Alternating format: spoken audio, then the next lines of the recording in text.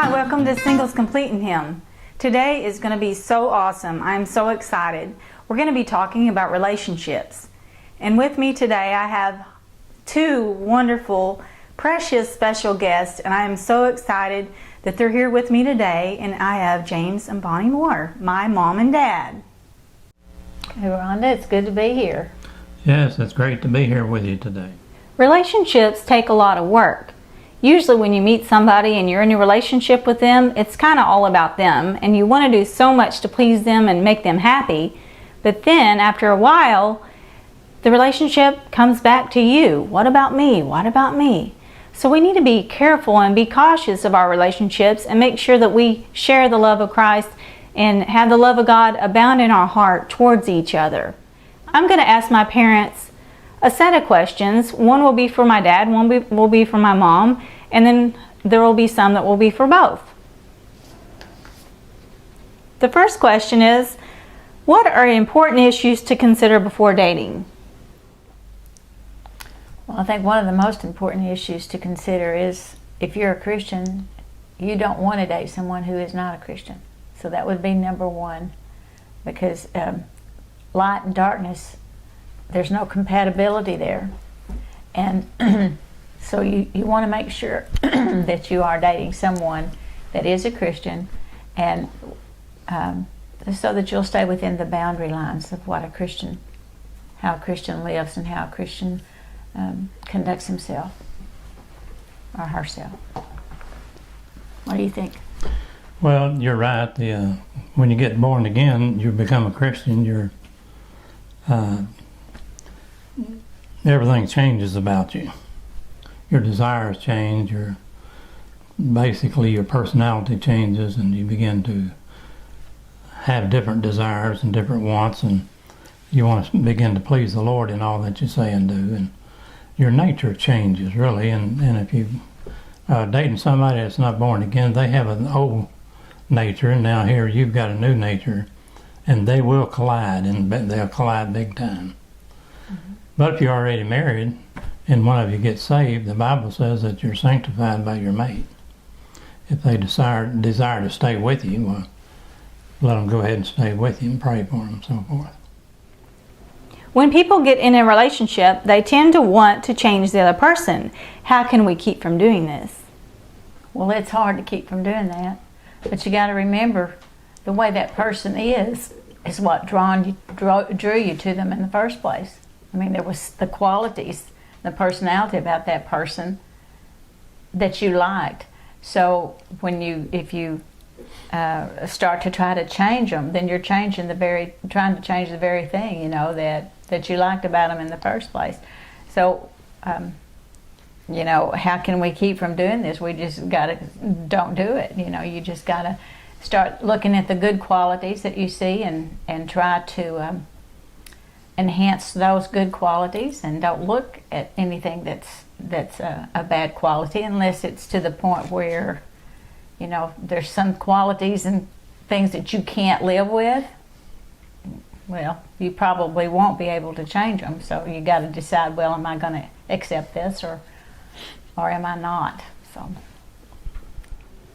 by having immediate access to everything imaginable, how can a person be successful and trustworthy in a relationship? Well, this is hard times we're living in, because there's too much information out there, and we can get sidetracked very easily. So we have to make up our mind. We have to determine that we're going to stay on course, especially being a Christian, that we're going to obey God's words and His precepts, and not just run and live to satisfy the desires of our flesh. And so it's a determination. I think in my younger days, I decided, because of I saw my friends get married and when they were real young and have children, and then later they felt like they haven't lived, they haven't had the freedom they wanted, and then they get a divorce. And I decided that I wasn't going to get married until I was ready to get married, and I was just going to get married one time, and that's all I've ever been married. So you make a determination on what you want to do and how you want to do it and so forth. I think it's very important. What are some red flags in a relationship? Red flags: if the other person tries to dominate you, if the other person speaks down to you, if a person in public treats you with little respect.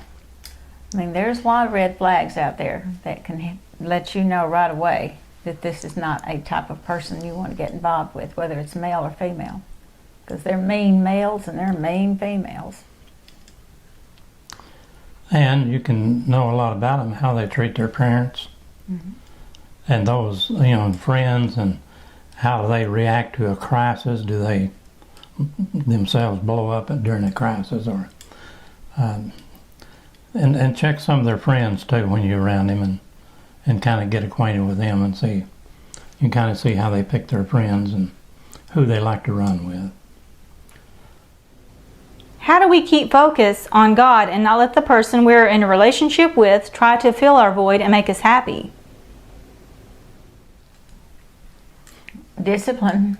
We have to discipline ourselves to focus on God, make it our priority, and know and realize that there's no human being that can really make us happy. We look to other individuals to make us happy, and when they don't, we blame them because we're not happy. But it is a determination, and I'm going to keep my focus on God. I'm going to love Him. He's going to be my first thought in the mornings. He's going to be my last thought at night before I go to bed. And it's just sheer will and determination. How important is honor in a relationship, from dating to marriage? Well, I think it's real important. Honor, the word honor means high respect. It means honesty. It means fairness. And again, you can after you date a little bit, you can begin to watch your partner, male or female, and you can kind of get acquainted with them, how they treat other people. If they get like too much change back, are they honest and give it back to the clerk, or do they laugh at their clerk's mistake and keep it? Well, that's not honesty. And because the big thing about having respect for others and honesty and fairness, these traits follow you all through your life. Your mates are not going to, they might have some effect, but basically they're going to be there. And so it's better to just be honest with people. And that's what the Lord would have us to do. He was even honest with the Sadducees and Pharisees when He called them whitewashed sepulchres, because that's what they was. So He was honest with them. They didn't realize He's going to be that honest. But that's one of our traits, that we need to have honesty in our life and practice that. How do you know when you found the right person to marry? Well, I can only go by my experience, and the day that I saw my wife, she waited on me she was working in a restaurant, and for some reason I knew inside she's supposed to be my wife. That's in 33 years, that's the first time I ever had that. And so I told her. Of course, she thought I was stupid. But 3 months later, we got married. And now we've been married 49 years. And look like we're going to keep it. And how do you know? I think it gets to a place where, I know we're supposed to keep our focus on God, but if it's just like you can't wait to see them, you can't wait to hear from them, can't wait to hear their voice, you just can't wait to be with them, and you're excited about it, and there's just something inside you that says, I really love that person, and I really want to spend my life with him or with her if you're male. But you just know, that you love them. I appreciate my parents so much for answering these questions for us today, and we will continue with this series, Relationships. If you'd like a question answered, you can email us at singlescompleteinhim@yahoo.com, and surely to goodness we'll get that question answered. Thank you and have a great day. God bless you.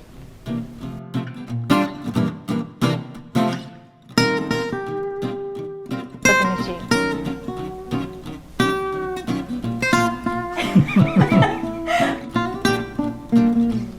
Thanks, Rhonda. It's good to be here.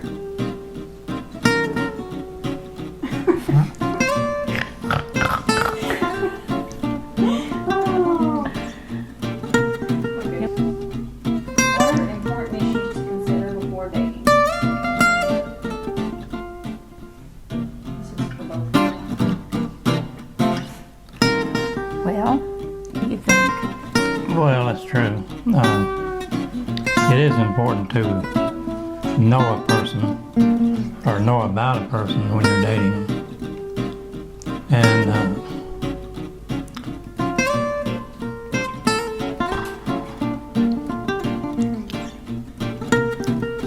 some of the issues that you want to consider before dating.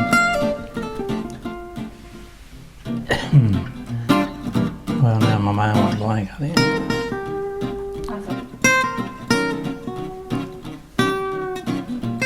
Number 2. It's okay, because I'm going to get it. Today is such an exciting day for me because I have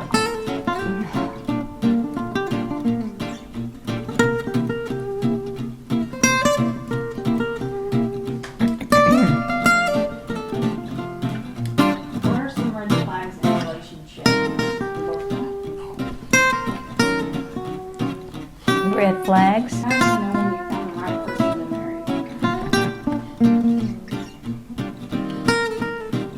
There you go. Tell me it's hard. Sure do.